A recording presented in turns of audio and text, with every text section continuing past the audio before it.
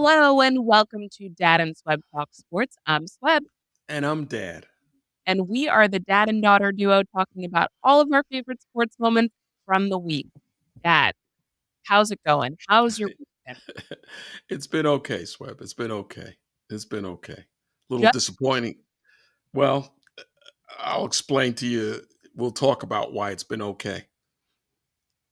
all right. Anything that you want to start us off with? The Knicks, the trade. Okay. I haven't been able to sleep since Friday night. I've been awake. My So eyes.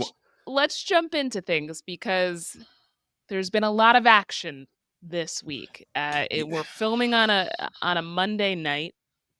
The are playing in Atlanta. They're playing in a doubleheader against the Braves, so we'll get into some baseball, but they've clinched a playoff spot. We'll talk a little bit more about the playoff picture.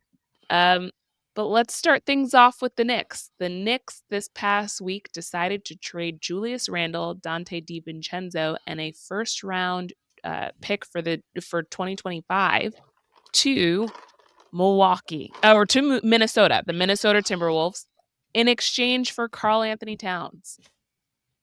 Is this why you're just okay, Dad? Yeah.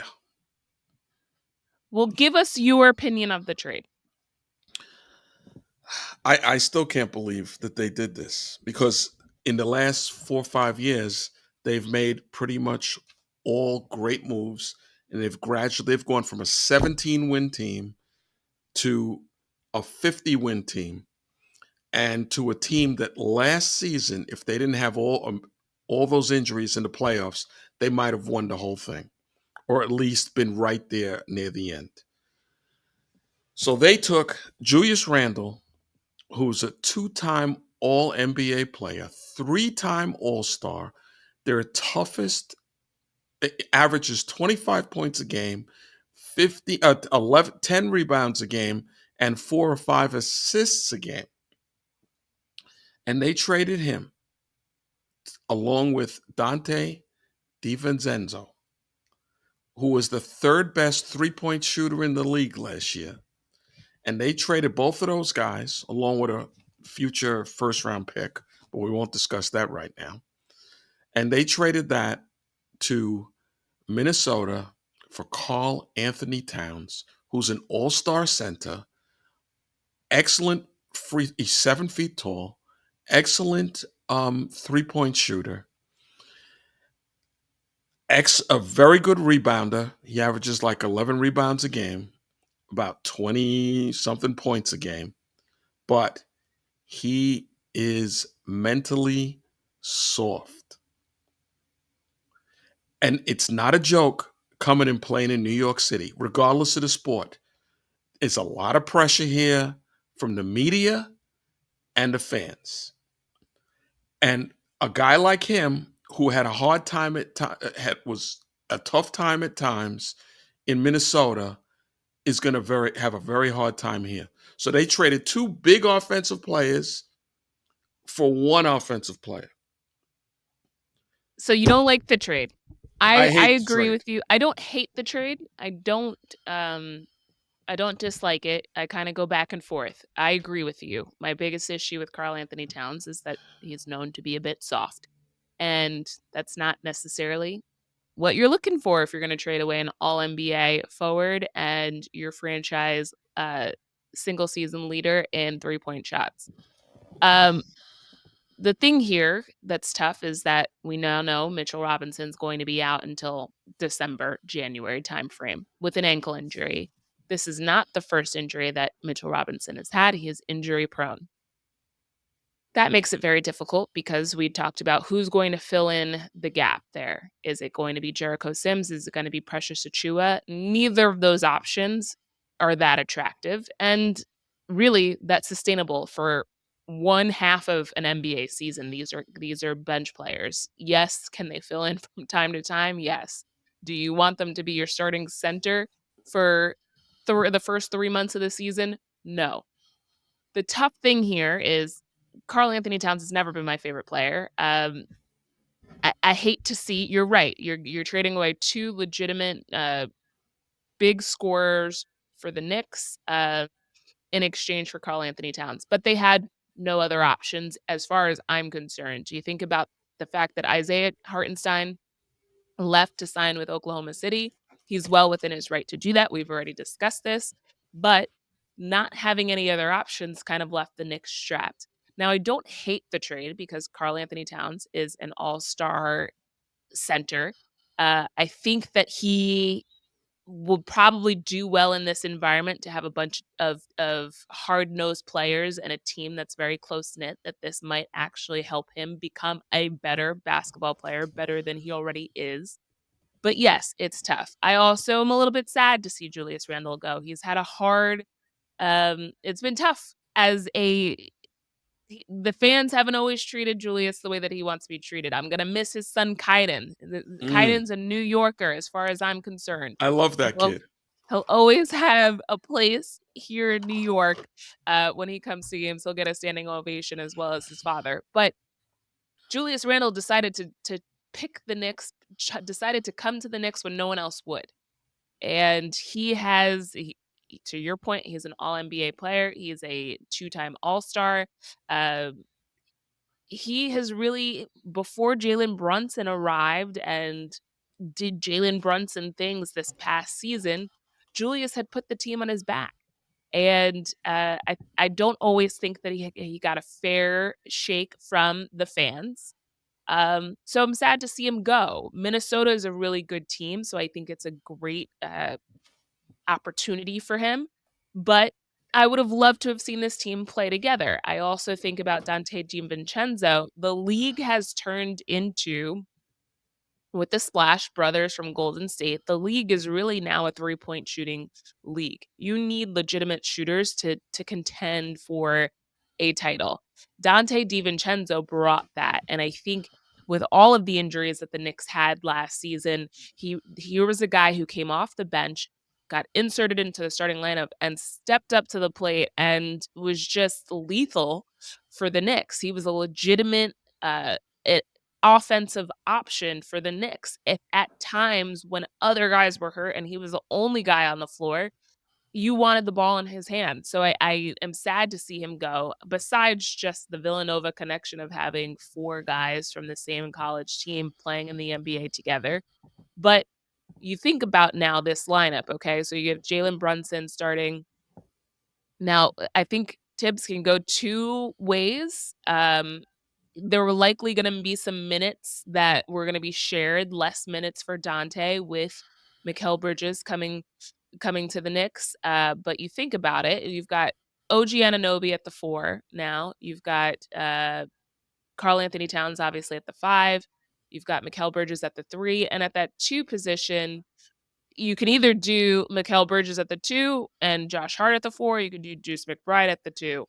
Um, and have Josh Hart coming off the bench. So I'm interested to see the lineups, and Tibbs will likely play around with lineups. We know that we have a pretty deep bench, although they might not all see minutes because Tibbs likes to go with the lineups he likes to go with. Um, but yeah, I'm sad to see two legitimate uh, players for the Knicks, two legitimate pieces on this roster go. But I think it's a trade at the same time that the Knicks had to make. There were no other options. You're not going to have Jericho Sims playing center for the first 3 to 4 months of the season, and that is if Mitchell Robinson comes back healthy. Listen, they could have gone out. They could have gone out, and if they had just been a little more patient and gotten themselves a defensive center to rotate with Sims and Achua Well, for a who few is that months. player to you? Okay, on Portland, Williams, who used to be the starting center for the Celtics a few years ago, he's on their team as a backup center, and they're rebuilding. So you might be able to get him for a few second round picks. Um, on Detroit, they have a few centers, a few defensive type centers. They're a rebuilding team. They might have taken some draft picks. You might have been able to get somebody. And neither one of those guys make a lot of money. Okay. You might have been able to get, but you just traded your best shooter, your best rebounder, and inside scorer for Karl-Anthony Towns. The thing the Knicks had going for them, they had depth. They had a deep bench. And when they brought guys off their bench, they didn't bring like regular bench guys off. They brought guys off their bench that were starting caliber players on most teams in this league. Dante, um, uh, um, Hart. These are the kind of people that Hartenstein. Okay, now Hartenstein left because he was a free agent, and the Knicks couldn't match the money, so he left. But those are the kind of guys that they had coming off the bench. They had starting caliber players. So when the team was healthy, like last January, they didn't lose. I think they lost 1 or 2 games, and they were blowing everybody out because they were so much better than everybody because they didn't have a big drop off when they went to the bench. Now, watch the drop off you're going to have. So I'm going to give the front office the benefit of the doubt because they have built a roster and have done an incredible job over the past couple of seasons, just in not only building a roster but getting draft picks to be able to use those pieces in trades.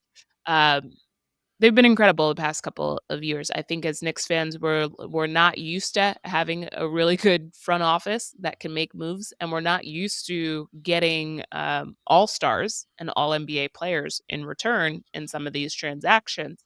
So I'm gonna give them the benefit of the doubt, maybe, and my hope is that, Josh Hart has found a three-point shot this offseason, and he's worked on that part of his game. My hope is that Jericho Sims and Precious Achiuwa have continued to, develop their games because now Jericho Sims this is gonna be, like, his 4th season. There's no more being clumsy on the court. It's like, at some point, you have to show improvement. So my hope is there that those guys can be effective bench players at the in the front court. And then I'd like to see, and you never know what's going to happen with rookies, right? But I've heard great things about Kolek, and so I think that the Knicks have some depth and they have a good roster here. And I think Karl-Anthony Towns obviously brings a different game than what we've had at the center position because he can average 20 something points a game. I think he lacks in physicality the way that you would see in both Mitchell Robinson and Isaiah Hartenstein. But I think that's okay because now you can the hope too is that everyone stays healthy. That's another big thing because OJ Okay. Anunoby has injury concerns and has never had a fully healthy season. Um, and we saw what happens when you're playing guys 40 minutes a game for an entire season. At a certain point, you just run out of gas. So I don't hate the trade. I haven't had any sleepless nights about the trade. I'm just on the fence, but I'm going to give the front office the benefit of the doubt because we have messed up many a situation in the past. And to this point, they've been incredible over the past couple seasons. So they deserve the benefit of the doubt here. And we'll miss Julius Randle, we'll miss Dante DiVincenzo, but they're also going to a very good Minnesota team. That team's going to be dangerous. I Well, think everyone wins in this trade. yeah, Okay. not so fast. Mr. Towns, the NBA season, regular season is 82 games long. Last year, Mr. Towns played 62 games. The year before, he played 29 games. Now, remember, he's only 28 years old. Okay. The year before that, he played 74 games. Listen, our coach, Thibodeau, used to be the coach of the Minnesota Timberwolves when he first came into the league. And he got fired. And this man, Mr. Towns, is one of the reasons why he got fired because Thibodeau was pushing him, pushing him, pushing him like he pushes all because he's a real coach. And that's you have to coach hard if you want your players to improve. And he didn't respond to that too well. Okay. And the team was horrible. And Thibodeau got fired. Turns out it was good fortune for us because he sat out for a few years and he came here and started coaching guys that wanted to be coached hard. So yes, there I is hope that I'm wrong. backstory. I hope everything I'm saying doesn't turns out to be false and everything is great and we win the NBA championship. But if I was a betting man, And this is why I don't gamble. I'm not betting on this team right now with Mr. Towns. Wow. Those And are strong remember, words. Those are strong words. And remember, we're going to have video evidence if you have to end up eating those. no But I problem. would think that the front office is likely and has definitely consulted with Tom Thibodeau. And there was probably now they probably couldn't have conversations with Karl-Anthony Towns beforehand, but there was some serious evaluation that went into that. Oh, and that's And another thing. This guy makes a lot of do re mi. he makes about 50 million a year. Mm-hmm. And which isn't ideal because now you're back up, and we had talked about salary cap and in past episodes, and but at 20 years old, we have a long time with him. So my hope is that he comes here, he falls in line with the rest of the team and the culture, and he just produces. Because if he doesn't, he's going to hear it from the fans, and that's one good thing about New York is they're going to let you know. You're not just coming here and you're going to be the guy. You got to show up. You got to put up or show up Yeah. or shut up. Well, So, that doesn't do me any good, Swebb. I'm not exactly a spring chicken. I would love to see a championship. well, I don't think that their odds have drastically gone down with this trade. If anything, I think that they're about even. We'll see. So, okay, there's been a lot of football, and I missed the Jets game on Sunday because I was didn't have access to a TV at the time. The I Giants taped lost it. on Thursday. I'm not even sure that we need to to do much chatting about it. We had talked about this was the Jets versus Denver is a winnable game. They should win against Denver. You don't want to overlook them. It seemed to me like they couldn't get anything going on offense. The running, they'd rush for 64 yards total in the game. But Dad, quick analysis on the Jets. I don't think we need to do Okay. too much on this because it was hot garbage. The Jets have a depth problem. Last year, they had like 10 defensive linemen. They were shuttling in and out of the games, and guys were fresh all the time. But they let three guys go for salary cap purposes. They made a trade for one who still hasn't reported to the team because he wants a contract extension. So they're short defensive linemen. They have a hard time, and some of the deep linemen that they let go were great against the run. So now teams can control the ball more against them just by running it at them, and they're having a hard time stopping the run.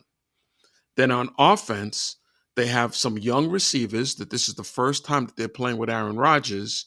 And some of these guys are very undisciplined, don't run their routes properly, and there's no communication. So here we go. The season might be half over before these guys realize what they're supposed to do. Well, it's another tough week for them because Oh, they'll head to and London. then there was 15 penalties, a lot of illegal motion, a lot of dopey penalties before the balls even snapped Right. that killed drives. They set you back quite a few yards. It's tough to get the offense going if you're starting uh, that the 10-yard line from time to time. So, or throughout the whole game. Mm-hmm. So the Jets will go to London this week. They'll play the Minnesota Vikings, who are 4-0 on the season. Um, so you hate to see them lose against Denver because now you're going to go and play one of the best teams in the league thus far this season. Yep. And their old friend Sam Donald, who I think this is his sixth or seventh year in the league, and he's finally good. And that just goes to show you these quarterbacks, they draft these young quarterbacks and they put them out on the field and they expect them to be good right away. Back in the old days, these quarterbacks were drafted and they sat on the bench for 2 or 3 years to learn. There's so much for them to learn.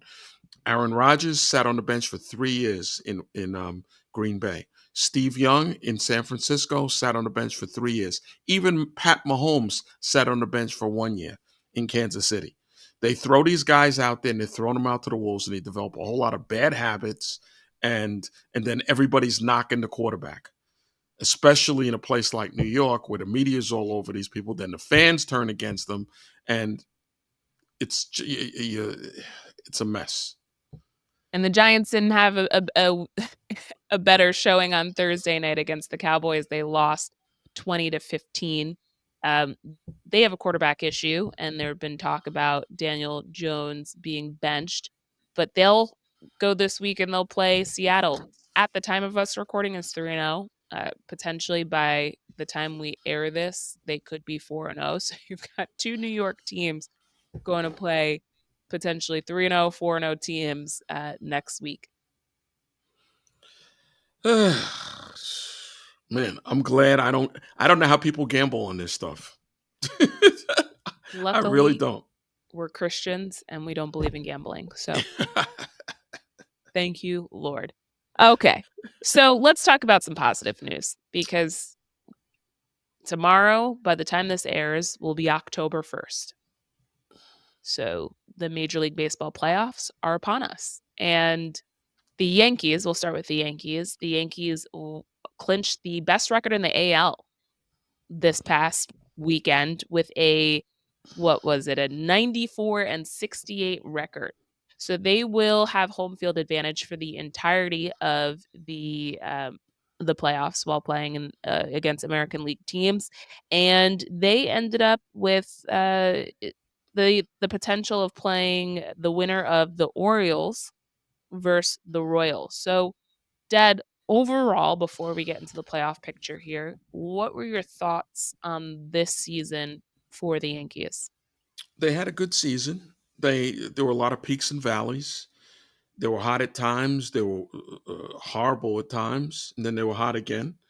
Um, but the Yankees, like just about every team that's making the playoffs, are capable of winning the whole thing, and just about every team that's making the playoffs is capable of losing in the first round.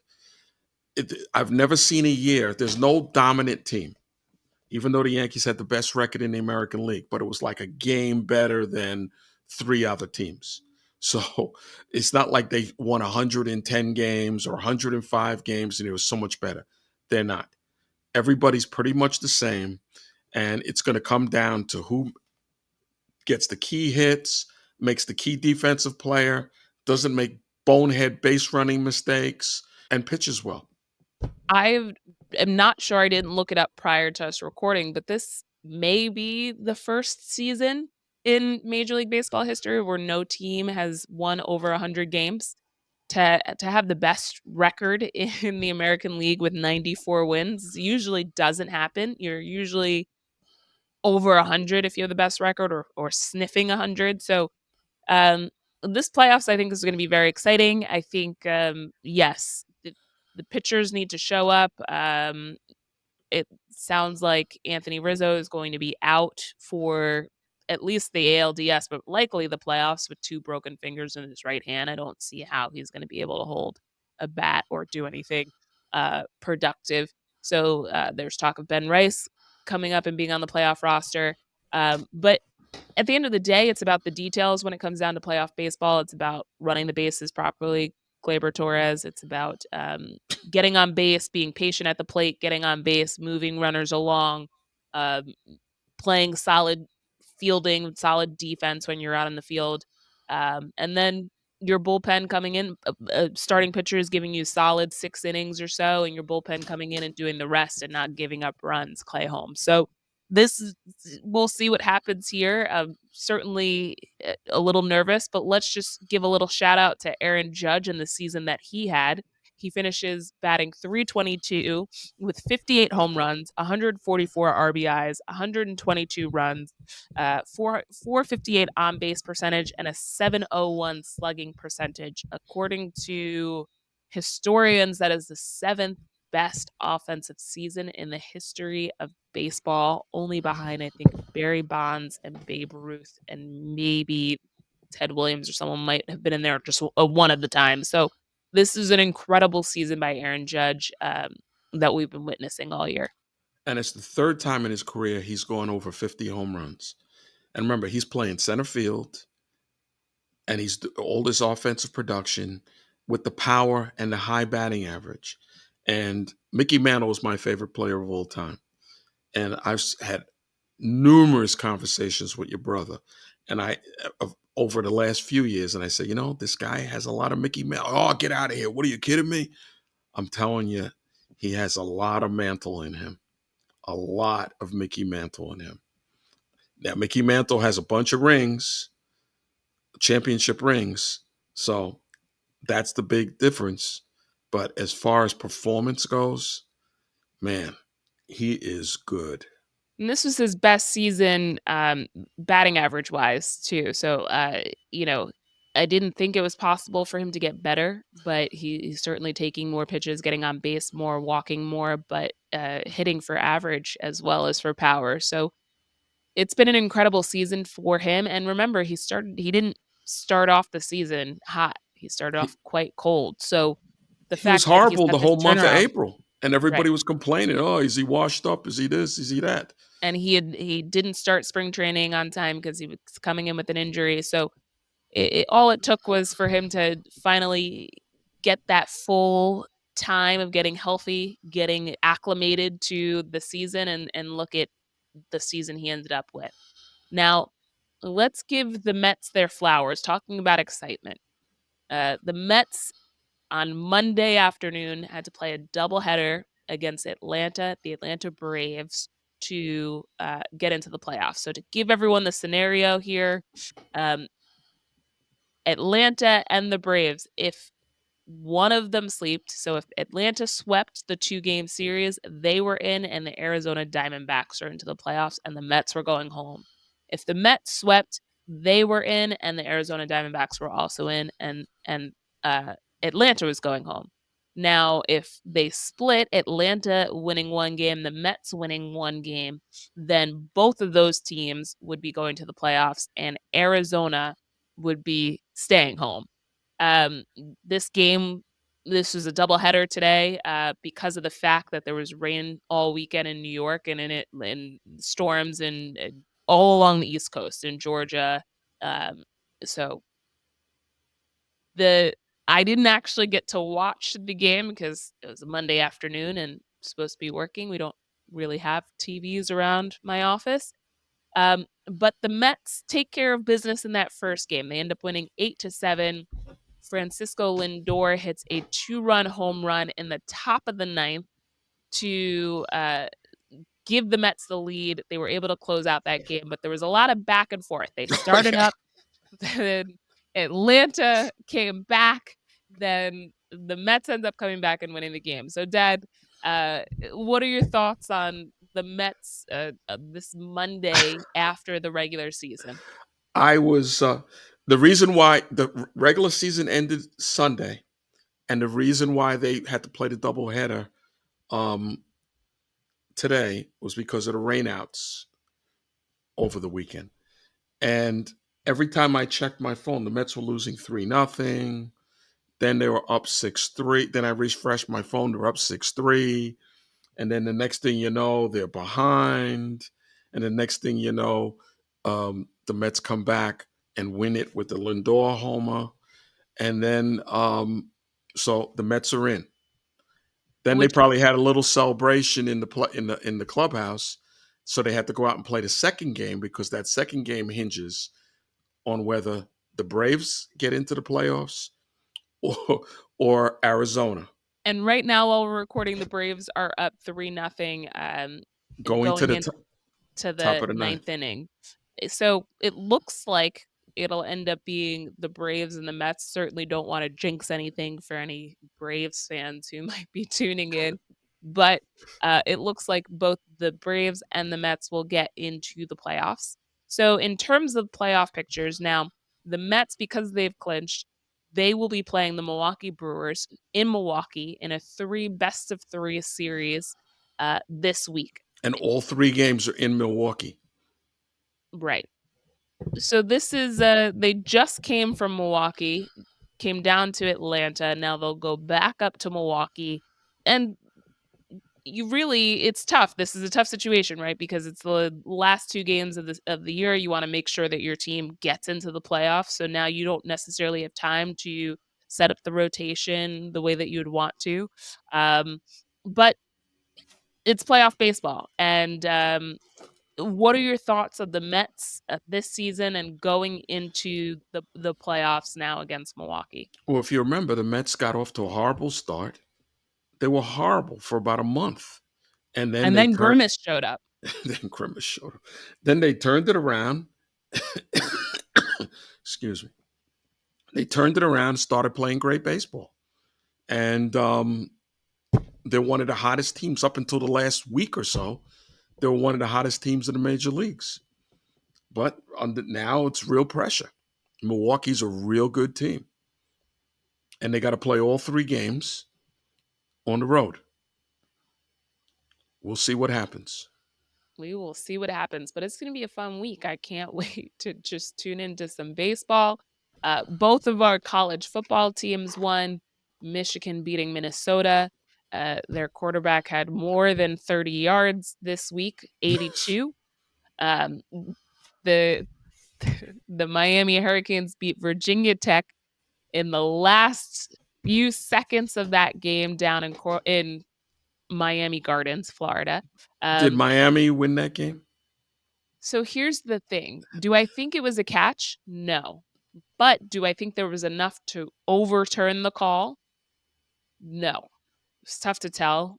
I mean, they played a few different angles during the broadcast. So as soon as the ref changed the call to it being a catch before reviewing the call, now we're talking about the Hurricanes against Virginia Tech. The game ended with a Hail Mary pass from Virginia Tech's quarterback into the end zone. Um, it was a scramble to catch the ball. Half of the guys that were touching the ball were out of bounds. Half of them were in. Um, at the end of the pile up, a Miami receiver runs out with the ball. You don't really know who ended up with the ball. There was a little bit of fumbling when the guy from Virginia Tech hit the ground, so he didn't have complete possession of the football. Um, but I'll take it. I'll take the wins whichever way I can get them because you know what? I've been on the wrong side of these in the past, and to be honest, Miami didn't play great that game, but they kept coming back. Then they come back. Then Virginia Tech scores. It's a little bit back and forth like the Braves and the Mets here. But I know we have a quarterback. We have a legitimate offense because we're able to make up for a lot of mistakes and not stopping Virginia Tech in that fourth quarter. So I'll take it, and that's just gonna be it. I have gone back and forth with a few friends who went to Virginia Tech. They're not happy, but hey, you guys are what, 2 and 3? Like, I don't really care about your happiness. We're undefeated, and that's the way that it needs to stay. So, sorry. So, Dad, The what are you looking forward to this The week? Mets. Well, before we get to that, Atlanta just beat the Mets, so Atlanta's going to the playoffs. And let me tell you, the Atlanta Braves have had so many injuries to top players for like out for months. Their top player, one of the best players in baseball, Kuna. Their top pitchers, relief pitchers, everything. It's been a mess and amazing. They still got to the playoffs by being tough the last few days. So, 3 NL East teams making the playoffs Now this they year. got to fly out to San Diego and play San Diego. Good luck. Yeah. So it's going to be an exciting week. What are you excited for this week besides baseball? And what about football? Are you excited for the Jets this week after what you saw on Sunday? Are No. you really excited for Michigan after what you've continued to see over the past couple weeks? No. I'm excited because your birthday. Oh, don't.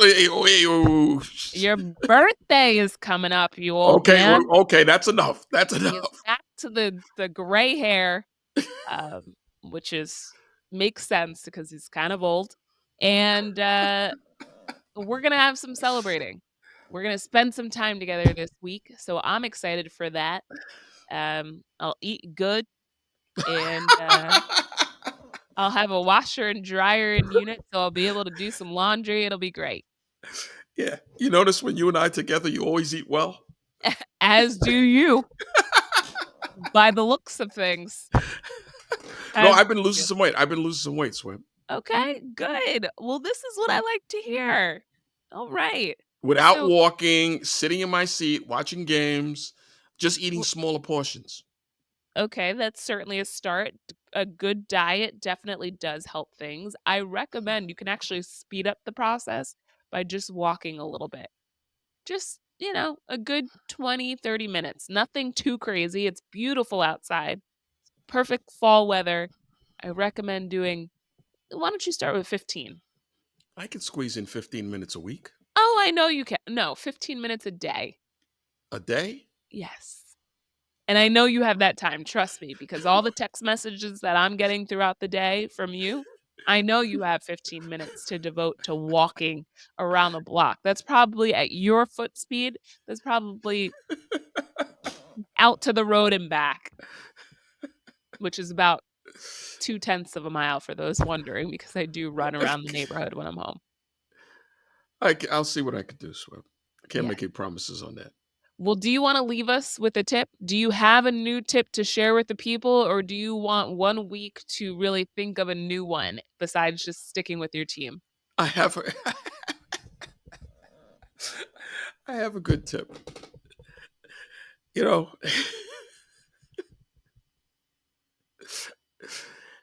don't hang out with Sweb. It costs you so much money when you hang out with this girl. It costs you a lot. Every time, oh, you want to get something to eat, Dad? Yeah, sure. And then she's got those short arms and long pockets type of person.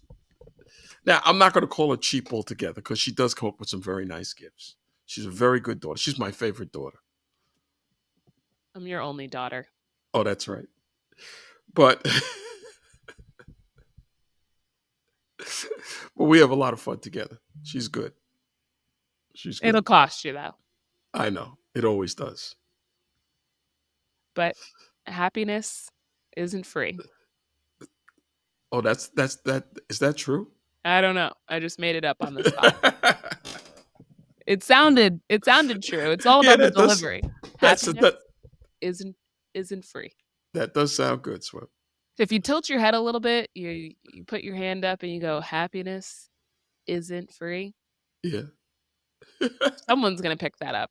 Put that on a bumper sticker. It really isn't these days, given inflation and everything, but that's for another time. So, thanks for tuning in. Be sure to follow us at Dad and Sweb on Instagram and Twitter. Subscribe on YouTube and Rumble, and share this episode with a friend, and we will see you next week. So long. Happy birthday, Dad. Thank you very much. Old man. Shut up, Sweb. Thank you for tuning in to Dad and Sweb Talk Sports, the show where we cover all of our favorite sports moments from the past week. Don't forget to subscribe on YouTube and Rumble, and follow us at Dad and Sweb on Instagram and X. See you next week.